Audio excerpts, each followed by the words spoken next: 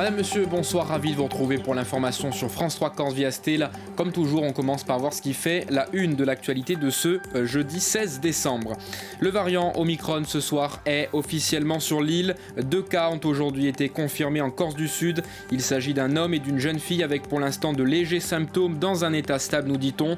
Nous verrons tous les détails à partir de 19h. Nous en profiterons aussi pour faire un point sur l'épidémie de Covid en Corse. Et puis, dernière session de l'année à l'Assemblée de Corse. Au programme des échanges aujourd'hui sur la possibilité pour la collectivité d'agir en justice devant la Commission européenne dans le cadre du dossier de la Corsica Ferries. Nous serons en direct depuis l'Assemblée de Corse tout à l'heure. Nous développerons donc ces titres à compter de 19h dans le Corsigazer. Mais avant cela, le jeudi, vous le savez, c'est foot sur François Corse via Stella avec Intanto Inde Fute Basta. Laurent Vincenzini reçoit ce soir l'entraîneur du FC Bastia Borgo, Stéphane Rossi, dont l'opération maintien s'annonce plus que compliquée. Regardez, à tout à l'heure.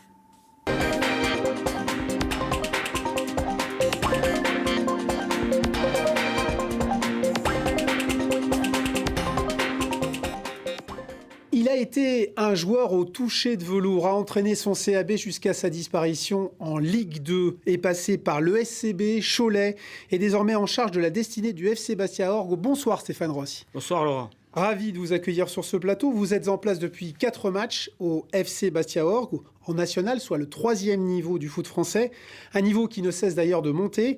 Et vous êtes engagé dans une course au maintien très compliquée au regard du classement de ce national, puisque vous êtes dernier avec désormais 9 points de retard sur Saint-Brieuc, le premier non relégable.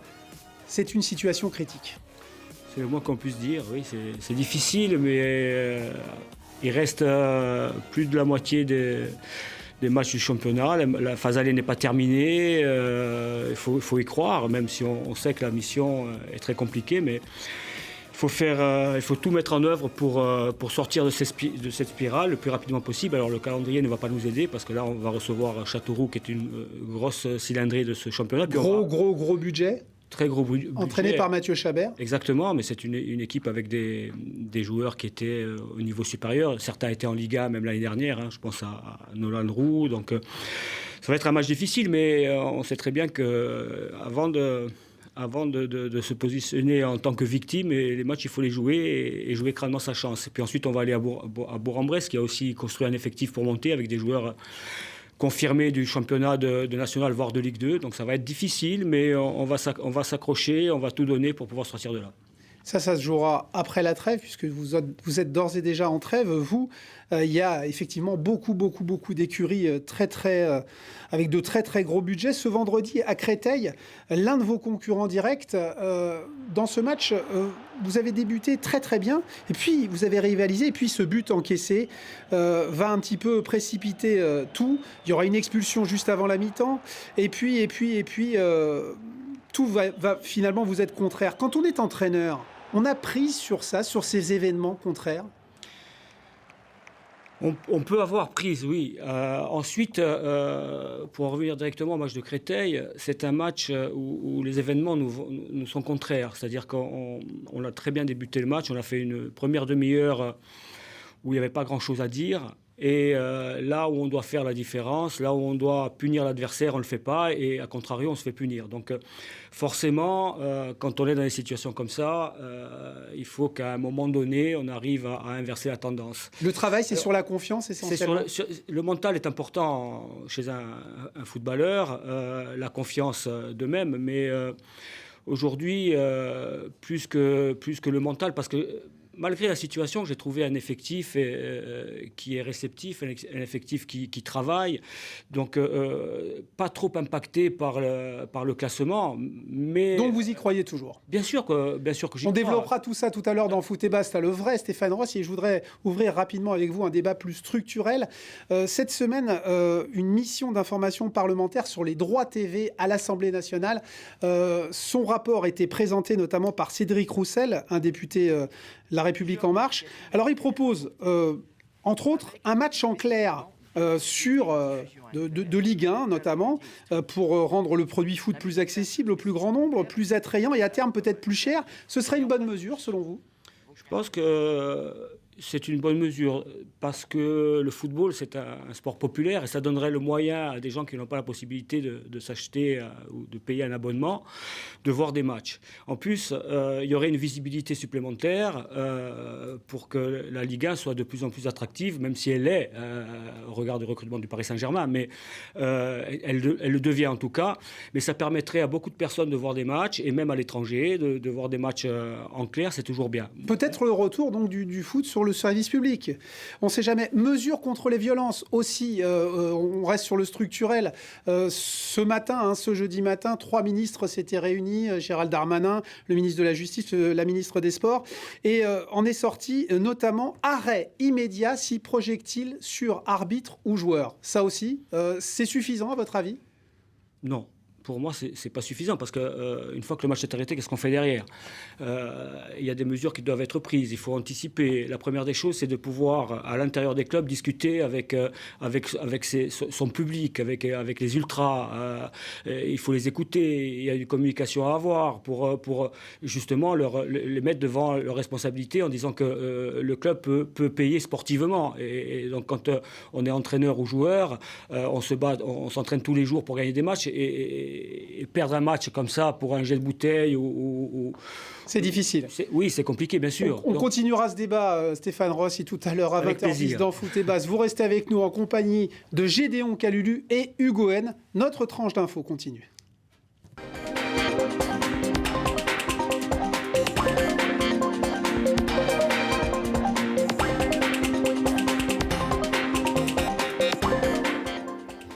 Et vos rendez-vous Intanto reviennent naturellement dès demain avec, comme chaque vendredi, Intanto in Cultura. Mais dans l'immédiat, il est 19h ou presque, l'heure de votre Corsica Zera.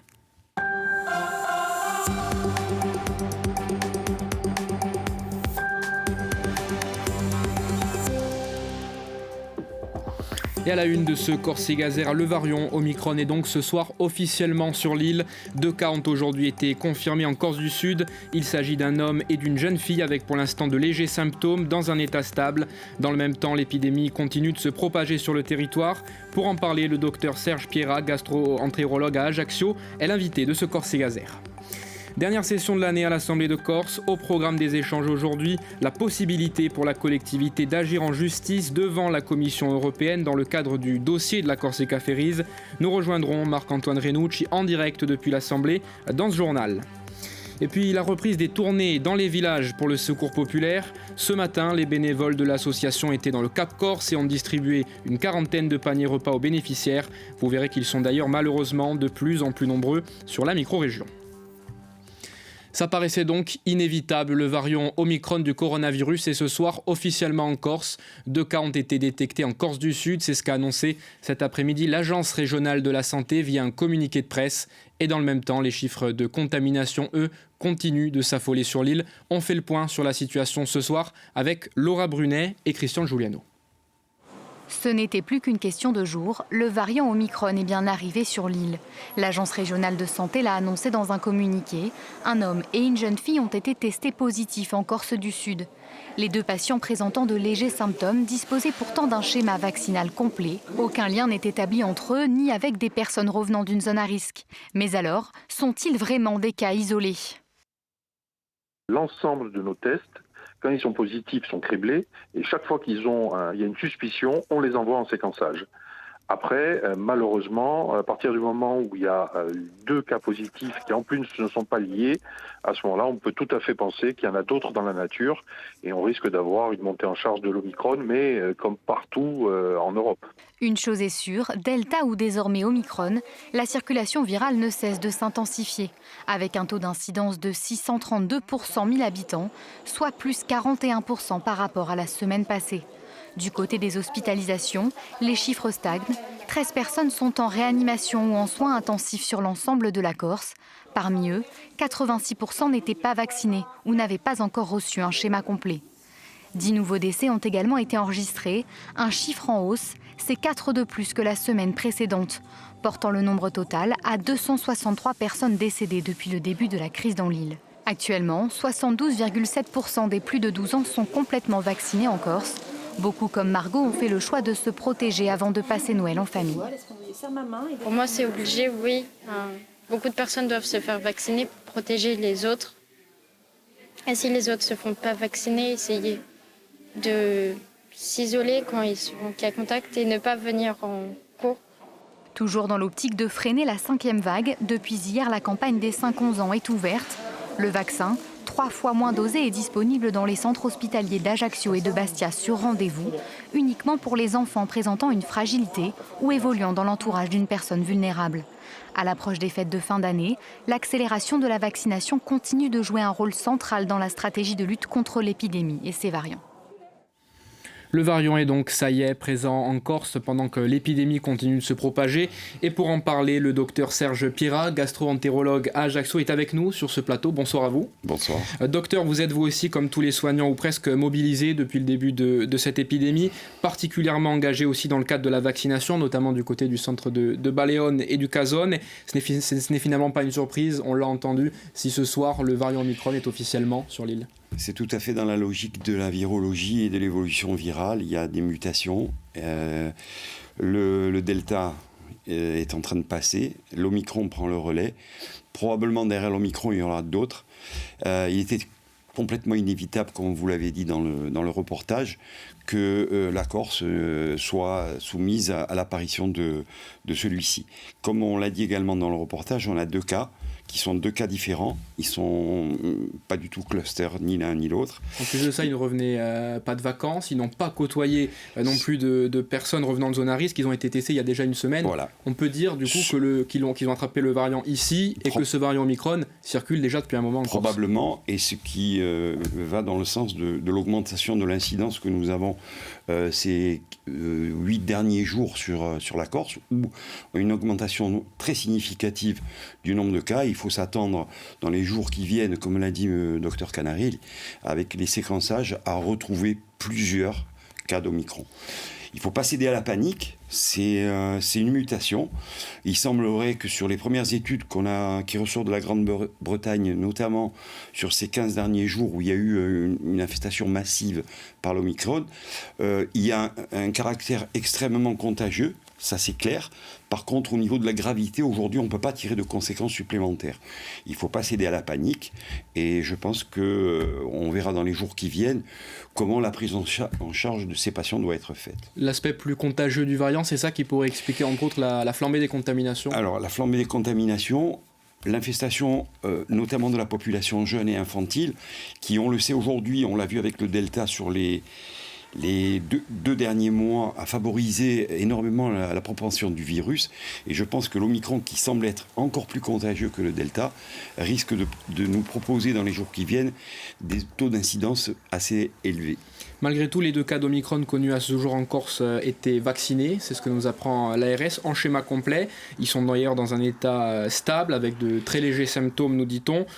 Sans tirer de conclusion, est-ce que ça peut être une bonne nouvelle dans le sens où on peut dire que la vaccination protège bel et bien des cas graves, des formes graves? Voilà, moi je ne suis pas épidémiologiste, je suis un praticien sur le terrain. Je suis convaincu aujourd'hui, et comme la plupart de la société scientifique, que le vaccin reste vraiment central dans la prise en charge. Effectivement, on va retrouver des patients qui sont vaccinés, qui ont une vaccination complète et qui vont être contaminés. Mais ce qu'on sait aujourd'hui de façon très claire, c'est que dans 90% des cas, ce seront des gens qui feront des formes bénignes. Donc il va falloir s'habituer probablement à vivre avec cette pandémie sans céder à la panique. Il faut s'adapter à cette pandémie, et la vaccination aujourd'hui, elle doit être montée en charge de façon à protéger un maximum de personnes. Vous appelez, vous évidemment, donc, en tant que professionnel de santé, à la vaccination, à un redoublement d'efforts sur les gestes barrières à l'approche des fêtes de fin d'année? Alors, moi je pense qu'aujourd'hui, on est à 15 jours de Noël, un peu moins, et je pense qu'il faut monter en charge dans la vaccination. C'est une arme absolue contre la gravité de la maladie. Là-dessus, je pense qu'il faut absolument convaincre le maximum de monde pour qu'on monte en charge sur ces 10 jours, sur la 3e dose de rappel. Je rappelle encore, ça 95 000 3e dose à l'heure actuelle. Et il faudrait qu'on arrive dans les 15 jours qui viennent à arriver à 150 000. Le deuxième élément, c'est que rien ne pourra se faire de façon correcte pour s'adapter à cette maladie, d'avoir des gestes barrières extrêmement renforcés. et c'est ce que l'on voit un petit peu aujourd'hui, notamment chez les jeunes, on a l'impression qu'on est un peu plus laxiste. Merci beaucoup Serge Pirard d'avoir été donc notre invité avec l'information principale, on le rappelle ce soir, le variant Omicron présent donc officiellement en Corse. En politique, à présent, je vous le disais, en titre, dernière session de l'année à l'Assemblée de Corse. Les débats du jour ont surtout été rythmés par le dossier de la Corsica Ferries et de l'amende due à la compagnie par la collectivité. Un rapport prévoyant la possibilité d'agir en justice dans le cadre de la plainte devant la Commission européenne a d'ailleurs été adopté dans l'après-midi. Marie-France Juliane, Clément Tronchon. Le modèle de gestion actuel, via des DSP, est à bout de souffle et apparaît condamné puisque juridiquement indéfendable à Bruxelles. C'est l'ex-directeur commercial de la Corsica Ferries, qui siège aujourd'hui dans les rangs de la droite, qui invite à rompre avec l'ancien système de délégation de services publics maritimes. Selon la présidente de l'Office des Transports, ce modèle va persister. L'enquête publique en cours, avec 400 contributions en une semaine, va même prouver l'utilité de ce service public. Oui, nous sommes en lien avec le secrétariat général des affaires européennes et la Commission européenne. Pensez-vous que cette étude initiale que l'Office des Transports a lancée, qui caractérisera le besoin de services publics et dont débouchera par suite un cahier des charges exigeant en cohérence, est juridiquement indéfendable à Bruxelles ? Un épisode s'achève, un autre démarre. Après le paiement in extremis des 90 millions d'euros de compensation pour la Corsica Ferries, d'autres contentieux avec la compagnie qui relie Toulon sont toujours en cours pour 2010-2014 et pour 2013-2016, sans compter qu'une nouvelle procédure a été introduite et retenue par Bruxelles. Une condamnation sur 2018-2021 par la Commission, ça voudrait dire très clairement quoi? Ça voudrait dire obligation pour la collectivité de Corse de recouvrer les 80 millions par an qui ont été versés au titre de la dotation de continuité territoriale. Ce qui signifie très probablement la liquidation et la disparition des emplois des compagnies maritimes délégataires. Donc ça, c'est une situation qui, politiquement, socialement, économiquement, est inenvisageable. Donc, nous sommes à l'état de cette discussion. Mi-janvier, l'exécutif négociera avec l'État à Bruxelles pour la prochaine desserte. La collectivité va bien s'acquitter des 90 millions d'euros d'amende, mais l'Assemblée aujourd'hui a confié à Gilles Simeone le soin de porter plainte devant la Commission européenne afin de demander l'annulation de cette amende, quitte à se désister si les discussions sur le nouveau service public aboutissaient. Et pour aller plus loin sur le sujet, prenons sans attendre la direction de l'Assemblée de Corse où nous attend Marc-Antoine Renucci. Marc-Antoine, bonsoir, vous êtes avec Jean-Martin Mondoloni du groupe de droite Tonso-Fiuno qui a voté contre donc ce rapport, contre cette possibilité d'aller en justice dans le cadre du dossier Corsica Ferries. Oui, effectivement, vous l'avez dit, Jean-André, le groupe de droite a été le seul à voter contre ce rapport, contre l'autorisation pour le président de l'exécutif d'agir en justice devant la Commission européenne dans le cadre de ce litige collectivité de Corse, Corsica Ferries. Jean-Martin Mondoloni, bonsoir. Et si vous vous êtes opposé à ce rapport, c'est parce que pour vous, il y a surtout un problème de stratégie, de temporalité de la part de l'exécutif, en fait. Oui, je pense qu'on est au-delà du problème de la temporalité, on est sur le problème tout simplement de la délégation de services publics.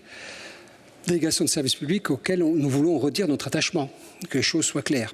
Le problème, c'est que la Commission européenne n'en veut plus de délégation de services publics. Et il y a peu de chances aujourd'hui pour qu'on puisse renouveler ces DSP. Donc on se battra aux côtés du président de l'exécutif pour maintenir ce modèle. Le problème, c'est qu'il faut aujourd'hui un plan B. Et le plan B n'existe pas, c'est ce que nous avons demandé au président du Conseil exécutif. Ça, c'est la première chose.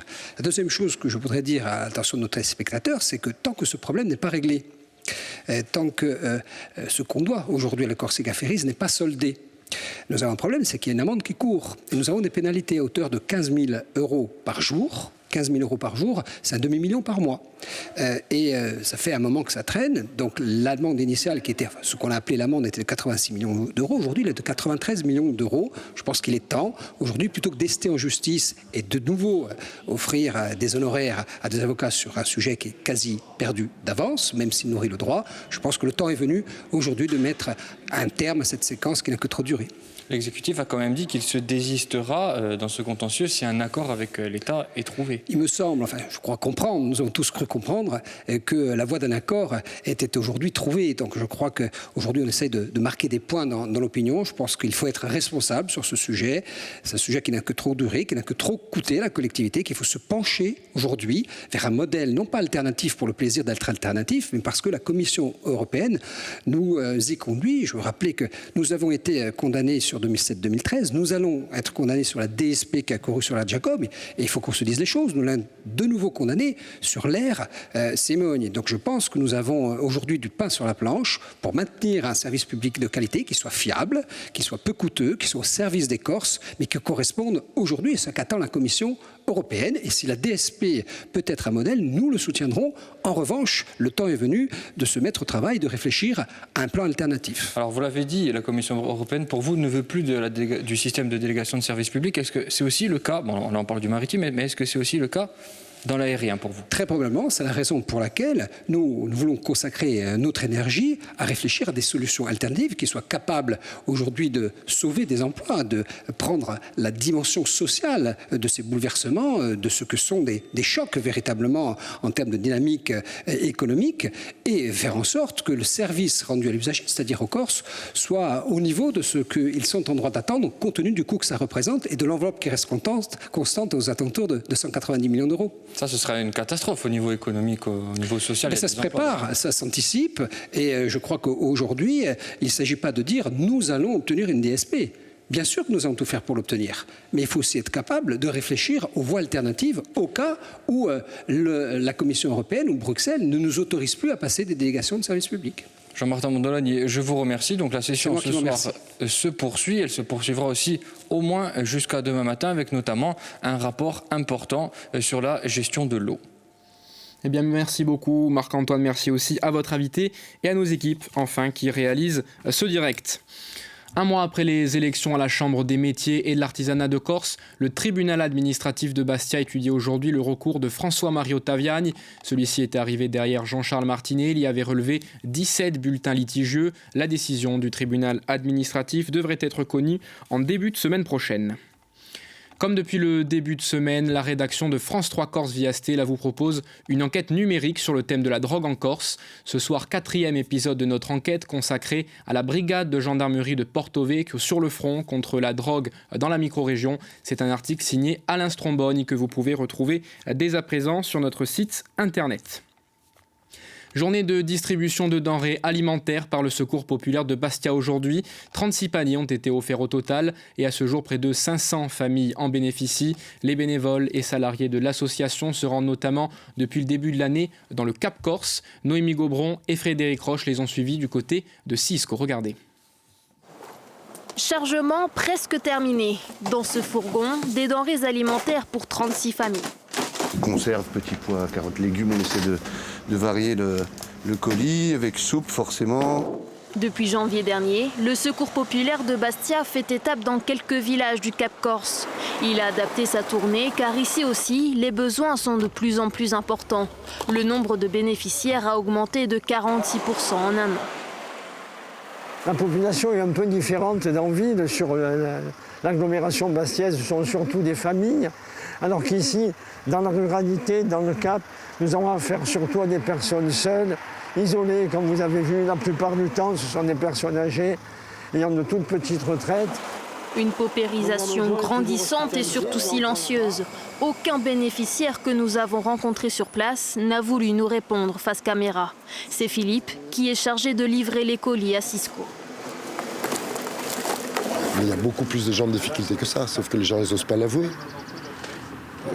Parce que c'est les stigmatisés. Il y a une dame qui a pris son panier pendant 3 mois. Les 3 premiers mois, elle ne voulait pas, parce qu'elle disait « J'ai peur que mon fils apprend le désigne du doigt à l'école ».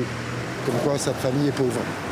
L'association l'assure, les dons de nourriture sont suffisants pour répondre à cette forte demande, mais elle manque de moyens humains. On manque de bénévoles. On a des bénévoles qui viennent ponctuellement. Mais on aurait besoin de bénévoles qui viennent avec un planning où on puisse les recevoir, ne fût-ce qu'une journée, ou un après-midi, ou une matinée, mais non pas ponctuellement, mais tout le temps. Alors là, ce serait plus intéressant pour nous, pour qu'on puisse s'organiser différemment, parce que là, on est débordé complètement. Des bénévoles qui, ce mois-ci, enfilent le costume de Père Noël.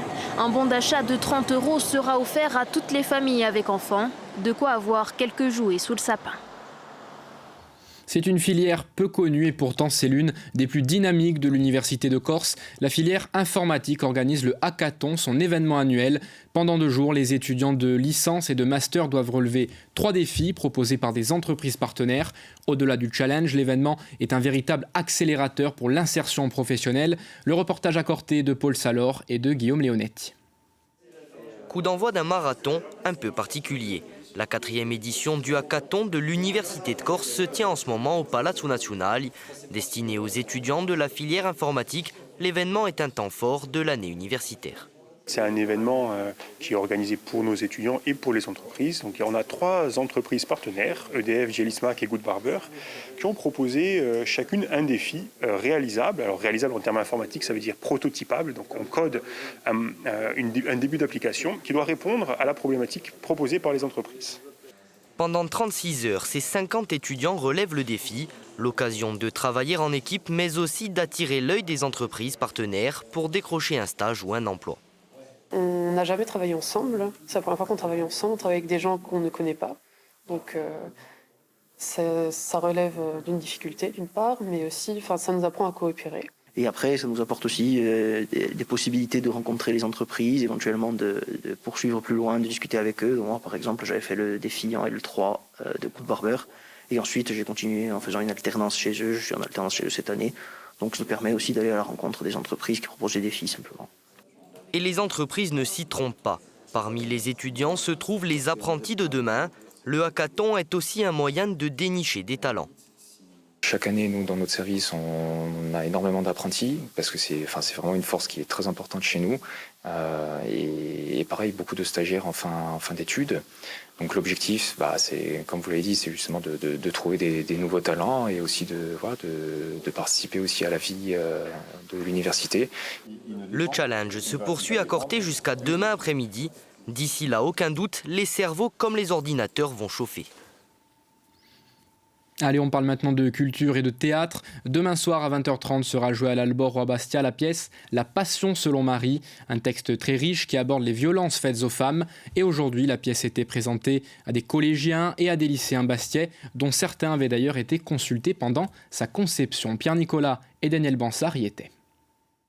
Il ne demande rien, il ne veut qu'une demi-seconde. Et ça gronde en lui, ça frappe, ça éclabousse. Pour écrire La Passion selon Marie, la metteuse en scène Charlotte Arrighi de Casanova s'est inspirée du meurtre de Marie Trintignant par Bertrand Cantat, mais aussi de celui plus proche de nous de Julie Duib. Le texte, servi par d'excellents acteurs, n'est pas empesé par le manichéisme ou le moralisme, même si le message envoyé aujourd'hui aux 200 collégiens et lycéens bastiais est très clair. En tant que féministe, je pense que c'est vraiment l'éducation qu'on doit revoir tous ensemble et que cette société qu'on est en train d'inventer, de créer et de déconstruire, elle peut commencer dès l'enfance et on est dans la déconstruction des rapports de domination, quels qu'ils soient. Homme-femme, femme-homme et puis après tous les autres rapports de domination. Franchis la barrière, va voir ailleurs et cours. La Passion selon Marie réussit même l'exploit de provoquer bien des rires. Le jeune public est conquis. Est-ce que ça passe encore si Eh bien, il y avait pas mal de références et c'était plutôt intéressant aussi, l'histoire, la manière dont c'était raconté, même s'il y a des choses qu'on ne pouvait pas forcément comprendre. C'était compliqué de suivre. Donc il y avait par exemple La chèvre de Monsieur Seguin, La petite fille aux allumettes ou La rose du petit prince. C'est dur de se dire que beaucoup de femmes meurent à cause de ces violences par viol, mais je trouve que maintenant le sujet il est plus tabou comme avant et on peut en parler de plus en plus et on a moins honte d'en parler qu'avant. Une version plus longue et destinée cette fois à un public plus adulte sera jouée demain soir dans cette même salle de l'Albor. Et c'est ainsi que se termine ce Corsigazer. Mais restez bien avec nous, le 19-20 lui continue avec à suivre, vous le savez, votre édition nationale et internationale.